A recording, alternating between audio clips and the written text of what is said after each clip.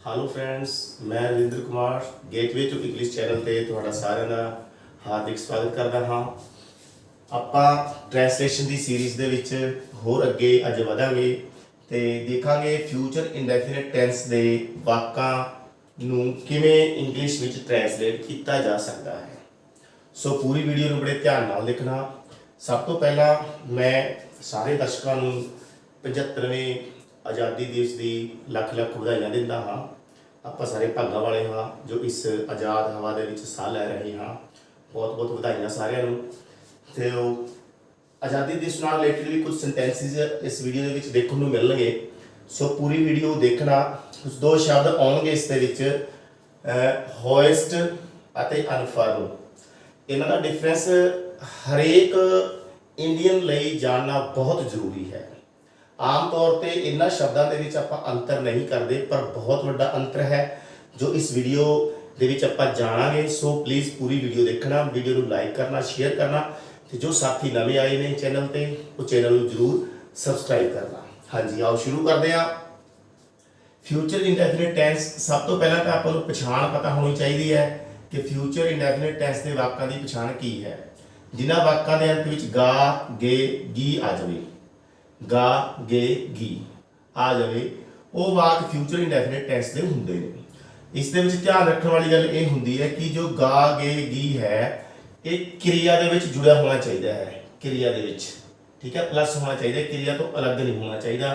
ठीक है, क्रिया दे विच जुड़िया होएगा तो आप मनांगे कि फ्यूचर इंडेफिनिट का यह वाक हो गया जी, क्योंकि गा, गे, गी तो फ्यूचर के सारे ही वाकां च आउंदा। वैसे चाहे वो फ्यूचर कंटिन्यूस का वाक है, चाहे फ्यूचर परफेक्ट का है, चाहे फ्यूचर परफेक्ट कंटिन्यूस का है, गा, गे, गी तो हरेक दे विच आएगा। ठीक है, जिस तरह वो पढ़ रहा होवेगा, गा आ गया, लेकिन वो फ्यूचर इंडेफिनिट का सेंटेंस नहीं, फ्यूचर इंडेफिनिट का कंटिन्यूस का हो गया तो इंडेफिनिट का नहीं होया, लेकिन गा तो उसमें पीछे भी है। ठीक है, वो अपना काम कर चुके होणगे, गे आ गया, हालांकि फ्यूचर इंडेफिनिट का नहीं है, ये फ्यूचर परफेक्ट का सेंटेंस है। सो गा, गे, गी तो फ्यूचर दे विच हरेक च आउंदा है। ठीक है, फ्यूचर इंडेफिनिट को किवें पछाणांगे आपां, क्रिया दे विच जुड़िया होना चाहिए। जो प्रेस करेगी, प्रेस करना क्रिया है ना, प्रेस करेगी। ठीक है, जाणगे, प्रेस किते जाणगे। ठीक है, मनाया जाएगा, मनाउण तो बनिया मनाया जाएगा। ठीक है, तो क्रिया दे विच गा, गे, गी जुड़िया होना चाहिए। जिवें आपां कहंदे भी वो स्कूल जावेगा, वो स्कूल जावेगा, जाना जाना तो बन गया जावेगा, क्रिया है, क्रिया दे विच गा आ गया। सो इस तरह जुड़िया होना चाहिए, फिर आप मनांगे कि फ्यूचर इंडेफिनिट टेंस का वाक है। ठीक है जी, ये तो होगी पछाण की गल। हुण देखो, एक्टिव ते पैसिव दोनों तरह के वाक बनते हैं इस टेंस के। ठीक है, एक्टिव वॉइस के विच जेकर सेंटेंस है तो shall, will and first form of verb use की जाएगी जेकर एक्टिव वॉइस के विच। ठीक है जी, shall, will and first form use करनी है। शैल आप यूज करना है आई ਅਤੇ ਵੀ ਸਬਜੈਕਟਸ ਨਾਲ। आई तो वी सब्जैक्ट नाल शैल यूज करांगे, बाकी सारे जिन्ने भी बच गए सब्जैक्ट्स उन्हां नाल विल की वरतों की जाएगी। ठीक है जी, उम्मीद करदा इन्नी गल समझ आ गई होएगी। पर यह नियम जो है उलट भी हो जाता है। उलट उदों हुंदा है जदों किसी स्ट्रोंग डिटरमिनेशन की गल की गई हो, दृढ़ इरादे की गल की गई हो, किसी को धमकी दी गई हो। ठीक है, उदों फिर जो है आई वी नाल फिर विल लगता है, बाकी वो दूसरे सब्जैक्ट्स नाल शैल लगता है, फिर ये उलट हो जाता है।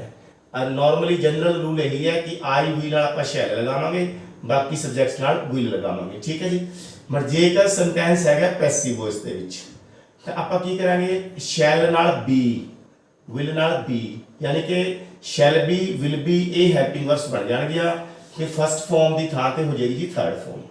तो बाय का यूज हो सकता है, उस सेंटेंस पर डिपेंड करता है कि उस सेंटेंस के विच एजेंट दिता होया है, डूअर दिता होया है। जो दिता होया तो बाय तो बाद एजेंट आपां लिखते हाँ। सो उम्मीद करता पछाण समझ आ गई होगी। पंजाबी च पछाण एको ही है, गा, गे, गी होना चाहिए है। ठीक है, उस तो बाद फिर एक्टिव पैसिव आपां ने देखना होंदा है। चलो आपां प्रैक्टिस करांगे, पता चल जाएगा, सारिਆਂ ਨੂੰ क्लीयर होएगी गल। वो कपड़े प्रेस करेगी, प्रेस करना एक क्रिया है, प्रेस करना। ठीक है, प्रेस करेगी, गी इस दे विच जुड़ गया जी, प्रेस करना, प्रेस करेगी, एक क्रिया दे विच गी जुड़ गया। सो फ्यूचर इंडेफिनिट का वाक है। हुण आपां ने देखना कि एक्टिव है कि पैसिव है। ਉਹ ਕੱਪੜੇ ਪ੍ਰੈਸ ਕਰੇਗੀ। ਕੱਪੜੇ ਪ੍ਰੈਸ ਕਰਨ ਦਾ ਕੰਮ ਕੌਣ ਕਰੇਗਾ? ਉਹ ਜੋ ਸਬਜੈਕਟ ਹੈ, ਸਬਜੈਕਟ ਦੀ ਥਾਂ ਤੇ ਉਹ ਹੈ, ਉਹ ਜੋ ਐਕਟਿਵ ਹੈ, ਕੰਮ ਕਰੇਗੀ, ਉਹ ਪ੍ਰੈਸ ਕਰੇਗੀ। ਇਸ ਕਰਕੇ ਸੈਂਟੈਂਸ ਕੀ ਹੈ ਜੀ? ਐਕਟਿਵ ਹੈ। तो शैल विल ते फर्स्ट फॉर्म ਦਾ यूज ਕਰਾਂਗੇ। she ਨਾਲ will ਲੱਗੇਗਾ ਜੀ। ਜੇ ਤਾਂ I ਹੁੰਦਾ ਆਪਾਂ shall ਲਗਾਉਂਦੇ, we ਹੁੰਦਾ ਤਾਂ shall ਲਗਾਉਂਦੇ। ਹੁਣ ਕੀ ਹੈ? she ਹੈ, I ਅਤੇ we ਦੇ ਵਿੱਚੋਂ ਕੋਈ ਵੀ ਨਹੀਂ ਆਇਆ, ਇਸ ਕਰਕੇ ਆਪਾਂ ਇੱਥੇ ਕੀ ਯੂਜ਼ ਕੀਤਾ ਜੀ? will। she will ਪ੍ਰੈਸ ਕਰਨਾ iron ਰ ਸਾਇਲੈਂਟ ਹੁੰਦਾ ਇਸ ਦੇ ਵਿੱਚ ਵੈਸੇ। iron ਇਸ ਤਰ੍ਹਾਂ ਬੋਲਦੇ ਹਾਂ ਇਸ ਨੂੰ ਆਪਾਂ। she will iron the clothes। she will iron the clothes। Subject हो गया जी। shall will हेल्पिंग वर्ब लग गई, फर्स्ट वर्ब की फर्स्ट फॉर्म आ गई, उस तो बाद ऑब्जेक्ट। ये स्ट्रक्चर है जी पॉजिटिव सेंटेंस का। Subject, helping verb, main verb, object. ये एक्टिव दे विच भी वही स्ट्रक्चर होता है ते पैसिव दे विच भी सेम रहता स्ट्रक्चर। हेल्पिंग वर्ब की फॉर्म चेंज हो जाती है, रूप बदल जाते हैं, पर प्लेस हो ही रहती है। जेकर कोई भी पॉजिटिव सेंटेंस है, चाहे वो एक्टिव वॉइस दे विच है, चाहे वो पैसिव वॉइस दे विच है, पॉजिटिव है तो पहला हमेशा सब्जेक्ट ही लगता है, उस तो बाद हेल्पिंग वर्ब लगती है, फिर मेन वर्ब लगती है, फिर ऑब्जेक्ट लगता है। ठीक है जी। आगे देखो शी इसका जेकर नेगेटिव बनाना होगा सेंटेंस, वो कपड़े प्रेस नहीं करेगी, फिर आप की कर देगी? विल तो बाद नोट लगा दो। She will not iron the clothes. she will not iron the clothes। Structure की बन गया फिर? Subject, helping verb, not, verb the first form, object. यही स्ट्रक्चर एक्टिव च है, यही पैसिव च रहेगा। ठीक है। वर्ब दी फॉर्म अलग हो सकती है, हेल्पिंग वर्ब अलग हो सकती है, मेन वर्ब दी फॉर्म अलग हो सकती है, प्लेसिंग अलग नहीं होगी, प्लेसिंग हो रहनी है। ठीक है जी। आगे देखो जेकर सेंटेंस इंट्रोगेटिव हो जाता है कि वो कपड़े प्रेस करेगी, फिर आप की करांगे जी? विल नू सब्जेक्ट तो पहला लिख देंगे। ठीक है। Will she iron the clothes, last से क्वेश्चन मार्क लग जाएगा। फिर स्ट्रक्चर की बन गया? पहला हेल्पिंग वर्ब है, फिर सब्जेक्ट है, उस तो बाद मेन वर्ब आ गई जी, फर्स्ट फॉर्म है इसके विच। ठीक है। तो उस तो बाद ऑब्जेक्ट है, लास्ट से क्वेश्चन मार्क है। ओके। जेकर सेंटेंस नेगेटिव प्लस इंट्रोगेटिव हो, फिर की करांगे आप? सब्जेक्ट तो बाद नोट लगा दो, बाकी स्ट्रक्चर वही इंट्रोगेटिव वाला रहेगा। देखो will she iron the clothes, question mark. सिर्फ फर्क कितने पे आ? इत्थे she तो बाद नोट लग गया। एक कॉमन रूल है बेटा, दिमाग से रखो, जेकर कोई सेंटेंस नेगेटिव भी है, इंट्रोगेटिव भी है, क्या नाल समझ लो, इंट्रोगेटिव भी है ते नेगेटिव भी है, तो नोट हमेशा ही सब्जेक्ट तो बाद लगता है, अते हेल्पिंग वर्ब सब्जेक्ट तो पहला लगती है। ठीक है। आगे देखो Why will she iron the clothes? ओह कपड़े प्रेस क्यों करेगी? क्यों आ गया जी? WH फैमिली का वर्ड आ गया। सो WH फैमिली का वर्ड आप सब तो पहला लिखते हैं, क्यों की इंग्लिश की है? Why will she iron the clothes? ਉਹ कपड़े प्रेस क्यों करेगी? जेकर ये सेंटेंस ਹੁੰਦਾ ਉਹ कपड़े प्रेस क्यों नहीं करेगी, नहीं भी आ जाता, फिर ਇੱਥੇ ਆਪਾਂ नोट भी लिख देंगे सब्जेक्ट तो तुरंत बाद। ठीक है जी। यानी कि इंट्रोगेटिव का स्ट्रक्चर की है? इंट्रोगेटिव सेंटेंस का स्ट्रक्चर होंदा है भी जे तो WH फैमिली का वर्ड आया सब तो पहला उसमें लिखो, जेकर ये नहीं आया होया, WH फैमिली का वर्ड नहीं आया होया, फिर पहले नंबर पे हेल्पिंग वर्ब होगी, फिर सब्जेक्ट आएगा। तो जे सेंटेंस नेगेटिव भी है तो सब्जेक्ट तो बाद नोट आप लगावांगे, उस तो बाद मेन वर्ब आएगी, उस तो बाद ऑब्जेक्ट आएगा, लास्ट से आएगा जी क्वेश्चन मार्क। ठीक है। ये स्ट्रक्चर सेम रहता है चाहे सेंटेंस एक्टिव हो चाहे पैसिव हो। हुण आपां पैसिव देखांगे, देखो स्ट्रक्चर सेम रहेगा। देखो कपड़े उस द्वारा प्रेस किए जाएंगे, प्रेस किए जाएंगे। ठीक है। पैसिव सेंटेंस है जी ये। ठीक है। कपड़े सब्जेक्ट की थां ते कौन? कपड़े, कपड़े ते प्रेस होगी उस द्वारा, इसका मतलब सेंटेंस की है? पैसिव है। ये रूल फॉलो करना है, शैल be, will be, third form ये लगेगा। ठीक है जी। देखो द क्लोथ्स विल बी लग गया, क्लोथ्स नाल शैल बी नहीं लग्या, क्योंकि शैल बी का तां लगदा जेकर इत्थे सब्जेक्ट आई हुंदा जां वी हुंदा। ठीक है। Will be ironed, third form लग गई जी वर्ब दी, बाय वो लड़की है, हर। ठीक है। The clothes will be ironed bye हर। देखो ये पॉजिटिव सेंटेंस है, ये पहला ए पॉजिटिव सेंटेंस सी। इस पॉजिटिव सेंटेंस में सब तो पहले की लिखा? अपने सब्जेक्ट लिखा, इत्थे भी सब तो पहले सब्जेक्ट लिखा, दूसरे नंबर पे हेल्पिंग वर्ब लिखी, इत्थे भी हेल्पिंग वर्ब दूसरे नंबर पे। एक ਹੈਲਪਿੰਗ ਵਰਬ ਇੱਥੇ ਸਿੰਗਲ ਪਾਰਟ ਵਾਲੀ ਸੀ, ਇੱਥੇ ਡਬਲ ਪਾਰਟ ਵਾਲੀ ਹੈ, ਇਹ ਫਰਕ ਹੈ। ਪਰ ਜੋ ਜਗ੍ਹਾ ਤਾਂ ਅਸੀਂ ਉਹੀ ਹੈ ਨਾ, ਦੂਜੇ ਨੰਬਰ ਤੇ ਹੀ ਆਈ ਹੈ। ਉਸ ਤੋਂ ਬਾਅਦ ਇਹਦੇ ਵਿੱਚ ਵਰਬ ਦੀ ਫਸਟ ਫਾਰਮ ਸੀ, ਯਾਨੀ ਕਿ ਮੇਨ ਵਰਬ ਸੀ, ਆਪਾਂ ਇੱਥੇ ਮੇਨ ਵਰਬ ਲਗਾਈ ਹੈ, ਇੱਥੇ ਥਰਡ ਫਾਰਮ ਹੈ। ਫਾਰਮ ਚੇਂਜ ਹੋ ਗਈ, ਜਗ੍ਹਾ ਉਹੀ ਹੈ, ਠੀਕ ਹੈ। ਉਸ ਤੋਂ ਬਾਅਦ ਕਿਉਂਕਿ ਬਾਈ ਪਲਸ ਏਜੰਟ ਲੱਗਦਾ ਹੈ ਪੈਸਿਵ ਦੇ ਵਿੱਚ, ਇਧਰ ਇਹ ਹੁੰਦਾ ਨਹੀਂ, ਸੋ ਇਸ ਕਰਕੇ ਇਹਦੇ ਨਾਲ ਤਾਂ ਆਪਾਂ ਇਸ ਨੂੰ ਮੈਚ ਨਹੀਂ ਕਰ ਸਕਦੇ। ਬਾਈ ਹਰ ਜੋ ਹੈ ਲਾਸਟ ਤੇ ਆਪਾਂ ਨੇ ਲਿਖ ਦਿੱਤਾ, बट इन्नी जो है स्ट्रक्चर सेंटेंस का सेम रहेगा, ठीक है जी। अगे देखो, कपड़े उस द्वारा प्रेस किए जाएंगे, जेकर ये होता भी कपड़े उस द्वारा प्रेस नहीं किए जाएंगे, नोट ही लगाना सी, कित्थे लगना, हैल्पिंग वर्ब तो बाद नोट लग गया। हाँ, ये ध्यान रखना है भी हुण देखो हैल्पिंग वर्ब के दो पार्ट ने, विल ते बी है, नोट आपां ने विल तो बाद लगाया, ठीक है। कॉमन गल दस रहे हैं, जेकर हैल्पिंग वर्ब दे मोर दैन वन पार्ट्स होण, मोर दैन वन, टू भी हो सकते हैं, थ्री पार्ट्स भी हो सकते हैं, तो नोट कित्थे लगता है, हमेशा फस्ट पार्ट तो बाद नोट लगता है, ध्यान रखियो। तो जो इंट्रोगेटिव सेंटेंस बनाना होंदा है तो हमेशा ही फस्ट पार्ट नूं ही आपां सबजैक्ट तो अगे लैके जाते हैं, ठीक है जी। देखो हुण देखो इसका इंट्रोगेटिव जेकर बनाना होवे भी की कपड़े इस द्वारा प्रेस किए जाएंगे, तो द क्लोथ सबजैक्ट है, इस तो पहला विल आपां ने इत्थे लिख दिता चक के। देखो हैल्पिंग वर्ब का विल भी है, विल भी है, दो पार्ट्स ने, पर आप सिर्फ पार्ट एक लैके गए थे विल, विल नूं अगे रखिया, बी उत्थे रहन दिता, ठीक है, सबजैक्ट तो बाद ही रहन दिता इसनूं। बाकी सेंटेंस सेम है, वही थर्ड फॉर्म है by her. Will the clothes be ironed by her, की कपड़े उस द्वारा प्रेस किए जाएंगे, ठीक है जी, बिल्कुल सेम स्ट्रक्चर रहा। देखो वही इंट्रोगेटिव वाला, इंट्रोगेटिव दे विच देखो इत्थे की सी, हैल्पिंग वर्ब है, फिर सबजैक्ट है, फिर मेन वर्ब है। इस ते देखो हैल्पिंग वर्ब है, सबजैक्ट है, फिर मेन वर्ब है, इत्थे ध्यान रखना है दूजा पार्ट है। ਜਦੋਂ ਹੈਲਪਿੰਗ ਵਰਬ ਦੇ ਦੋ ਜਾਂ ਤਿੰਨ ਪਾਰਟਸ ਹੋਣ ਫਿਰ ਕੀ ਹੁੰਦਾ, ਦੇਖੋ ਸਬਜੈਕਟ ਤੋਂ ਪਹਿਲਾਂ ਇੱਕ ਪਾਰਟ ਜਾਂਦਾ ਹੈ, ਦੂਸਰਾ ਜਾਂ ਤੀਸਰਾ ਪਾਰਟ ਸਬਜੈਕਟ ਤੋਂ ਬਾਅਦ ਵਿੱਚ ਹੀ ਆਉਂਦਾ ਹੈ। ਇਹ ਧਿਆਨ ਰੱਖਣੀ ਹੈ ਗੱਲ ਆਪਾਂ ਨੇ, ਠੀਕ ਹੈ ਜੀ। ਯਾਨੀ ਕਿ ਇਸ ਦਾ ਸਟਰਕਚਰ ਇਹ ਬਣ ਗਿਆ, ਹੈਲਪਿੰਗ ਵਰਬ ਦਾ ਪਹਿਲਾ ਪਾਰਟ, ਫਿਰ ਸਬਜੈਕਟ, ਫਿਰ ਹੈਲਪਿੰਗ ਵਰਬ ਦਾ ਦੂਜਾ ਪਾर्ट, फिर मेन वर्ब, फिर बाय ते एजेंट।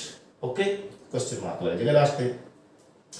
जेकर सेंटेंस नेगेटिव भी हुंदा, देखो विल द क्लोथ्स नॉट, इत्थे नोट लगाएंगे आपां, be iron by her, simple है। ये पहला दस ही चुक्या मैं कि जे सेंटेंस इंट्रोगेटिव भी है और नेगेटिव भी है। ये सेंटेंस देखो प्रश्नवाचक भी है, नावाचक भी है। हेल्पिंग वर्ब का पहला पार्ट अगे लिखिया, फिर सब्जेक्ट आ गया, सब्जेक्ट तो तुरंत बाद नोट लगा दो, नेगेटिव भी बन जाएगा।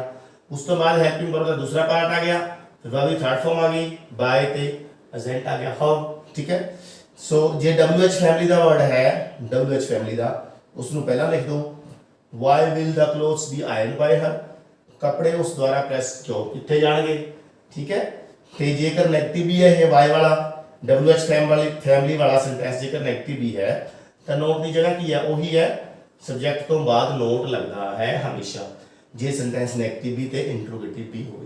उम्मीद कर रहा है समझ आ गया होगा। इस तरह एक्टिव वॉइस है, ये पैसिव वॉइस है। हुण उधरले पार्ट दे विच आपां जो इसकी प्रैक्टिस करांगे, ठीक है। प्रैक्टिस लई तुहानूं दो सेंटेंस भी दिते जाणगे सॉरी। हुण देखो पहला सेंटेंस है इधर प्रैक्टिस लई है, आज़ादी दिवस धूमधाम नाल मनाया जाएगा, मनाया जाएगा। इत्थों आपां ने पछाणना है कि जो वाक है किहड़े टेंस दा है, मनाया जाएगा, गा आ गया ना, फ्यूचर इंडेफिनिट है। हुण देखो एक्टिव है कि पैसिव है, आज़ादी दिवस मनाया जाएगा, ठीक है, किसी होर द्वारा, इंडियंस द्वारा, लोकां द्वारा मनाया जाएगा। सो सेंटेंस की है जी, पैसिव वॉइस है। पैसिव वॉइस दे विच आपां की फॉलो करांगे, शैल be, will B and third form ते बाय दा यूज हो सकता है, ठीक है जी। हुण देखो आज़ादी दिवस यानी कि इंडिपेंडेंस डे, ये सब्जेक्ट बन गया अपना। इंडिपेंडेंस डे नाल आपां विल बी लिखांगे, शैल बी नहीं लिख सकते क्योंकि शैल बी तां आउंदा जे इत्थे आई या वी विचों कोई सब्जेक्ट हुंदा। So Independence Day will be celebrated, celebrate मनाना, सेलिब्रेटेड थर्ड फॉर्म होगी। किवें मनाया जाएगा, धूमधाम नाल। धूमधाम दी इंग्लिश हुंदी है बेटा with pomp and show, with pomp and show. ये जो है धूमधाम नाल जो है मनाउण दी इंग्लिश हुंदी है। सो सेंटेंस बन गया जी अपना, सब्जेक्ट आ गया पहला इंडिपेंडेंस डे, उस तो बाद हेल्पिंग वर्ब आ गई, फिर मेन वर्ब आ गई, ठीक है। उस तो बाद बचा हुआ है किवें मनाया जाएगा, विद पॉम्प एंड शो। किस द्वारा मनाया जाएगा ये सेंटेंस विच लिखा नहीं होया। जे हुंदा ਜੇ ਹੁੰਦਾ ਵੀ ਭਾਰਤੀਆਂ ਦੁਆਰਾ ਮਨਾਇਆ ਜਾਏਗਾ ਤਾਂ ਆਪਾਂ ਇੱਥੇ ਲਿਖ ਦਿੰਦੇ ਬਾਏ ਇੰਡੀਅਨਸ। ਠੀਕ ਹੈ, ਇਹ ਲਾਸਟ ਤੇ ਲਿਖਿਆ ਜਾ ਸਕਦਾ ਸੀ ਪਰ ਇੱਥੇ ਹੈ ਨਹੀਂ ਪੰਜਾਬੀ ਵਾਲੇ ਵਾਕ ਦੇ ਵਿੱਚ, ਇਸ ਕਰਕੇ ਇੱਥੇ ਆਪਾਂ ਨੇ ਇਸ ਨੂੰ ਛੱਡ ਦਿੱਤਾ ਸੀ। ਜੇਕਰ ਇਹ ਹੁੰਦਾ ਨਾ ਆਜ਼ਾਦੀ ਦਿਵਸ ਧੂਮਧਾਮ ਨਾਲ ਭਾਰਤੀਆਂ ਦੁਆਰਾ ਮਨਾਇਆ ਜਾਏਗਾ, ਠੀਕ ਹੈ, ਸੋ ਫਿਰ ਬਾਏ ਇੰਡੀਅਨਸ ਆਪਾਂ ਇੱਥੇ ਲਿਖ ਦਿੰਦੇ। ਓਕੇ, ਅੱਗੇ ਦੇਖੋ ਜੀ, ਹੁਣ ਆਏਗੀ ਬਹੁਤ ਅਹਿਮ ਗੱਲ। ਪ੍ਰਧਾਨ ਮੰਤਰੀ ਜੀ 7:30 ਵਜੇ ਰਾਸ਼ਟਰੀ ਝੰਡਾ ਲਹਿਰਾਉਣਗੇ। ਗੇ ਆ ਗਿਆ ਜੀ, ਫਿਊਚਰ ਇੰडेफिनिट टेंस है। प्रधान मंत्री जी लहराओगे यानी कि जो सब्जेक्ट है, सब्जेक्ट एक्शन करेगा, सेंटेंस हो गया जी एक्टिव, यानी कि शैल विल ते वर्ब दी फर्स्ट फॉर्म यूज होनी है। द प्राइम मिनिस्टर विल लिखांगे, शैल नहीं लिख सकते, ठीक है जी, क्योंकि आई या वी होंदा तां शैल आंदा। हुण लहराउण दी अंग्रेजी हो गई जी hoist, HOIST hoist. National flag जिसनों आपां के ट्राई कलर भी कह सकते हैं, ठीक है, तिरंगा भी कह सकते हैं। at 7:30 AM प्रधानमंत्री जी नैशनल फ्लैग लहराओगे कितने बजे? 7:30 बजे। ठीक है, हुण गल इत्थे आ जाती है होएस्ट वर्ड क्यों यूज किया आपने। एक वर्ड जो है अनफर्ल्ड भी है, ये पहला सेंटेंस आप समझ लिए, फिर दोनों का अंतर समझांगे, दोनों विच मीनिंग दे विच की फर्क है, क्यों आपां इत्थे होएस्ट लिखिया, इत्थे अनफर्ल्ड लिखिया। इन्हां नूं इंटरचेंज भी नहीं कर सकते आपां, क्यों नहीं कर सकते, ये गल करांगे। देखो, गणतंत्र दिवस ते राष्ट्रीय झंडा राष्ट्रपति जी द्वारा लहराया जाएगा। द्वारा लहराया जाएगा पैसिव सेंटेंस है, बिल्कुल क्लियर कट पता लग रहा है, पर लहराया जाएगा, गा आ गया, फ्यूचर इंडेफिनिट है, यानी कि फ्यूचर इंडेफिनिट दा पैसिव है, सो शैल बी विल बी दा थर्ड फॉर्म वाला रूल अप्लाई करना है। देखो, national flag will be unfold, ठीक है। देखो, पंजाबी इत्थे भी लहराया लिखा आपने, लहराया इत्थे भी लहराया लिखा है, पंजाबी कोई अंतर नजर नहीं आ रहा, पर इंग्लिश वर्ड दे विच फर्क हो गया। देखो, इत्थे आपां लिखा unfold, unfurl this the first form है UNFURL, थर्ड फॉर्म होगी जी ED लगा के, बन गया unfold by the president on Republic Day. ठीक है जी, रिपब्लिक डे ते गणतंत्र दिवस से जो है राष्ट्रीय झंडा राष्ट्रपति जी द्वारा लहराया जाएगा। हुण समझो जी अंतर भी, आपां इत्थे अनफोल्ड क्यों लिखिया, इत्थे होइस्ट क्यों लिखिया। दोनों शब्दां दा जेकर पंजाबी च मीनिंग देखदे हां तां इन्हां दा मीनिंग निकलदा भी लहराउणा, पर दोनों दे विच बहुत वड्डा अंतर है।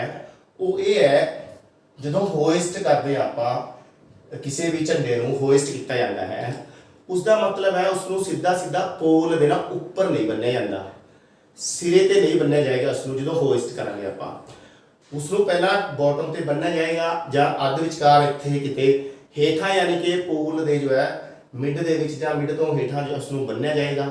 ठीक है, उस तो बाद फिर उसनूं लहराउण तो पहला उपर नूं पुल किया जाएगा, उपर नूं जाएगा, इस टॉप ते चला गया, टॉप ते जो चला गया फिर रस्सी खिंची जाती है तो जो झंडा है वो लहराना शुरू हो जाता है।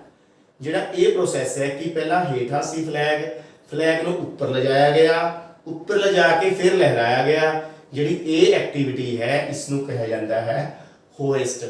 ठीक है जी, ते ये झंडा जो है होइस्ट हुंदा, जो अपना राष्ट्रीय झंडा रिस्पैक्टेड, वो की है आपां आज़ादी दिवस नूं होइस्ट करते हैं, इंडिपेंडेंस डे नूं होइस्ट करते हैं।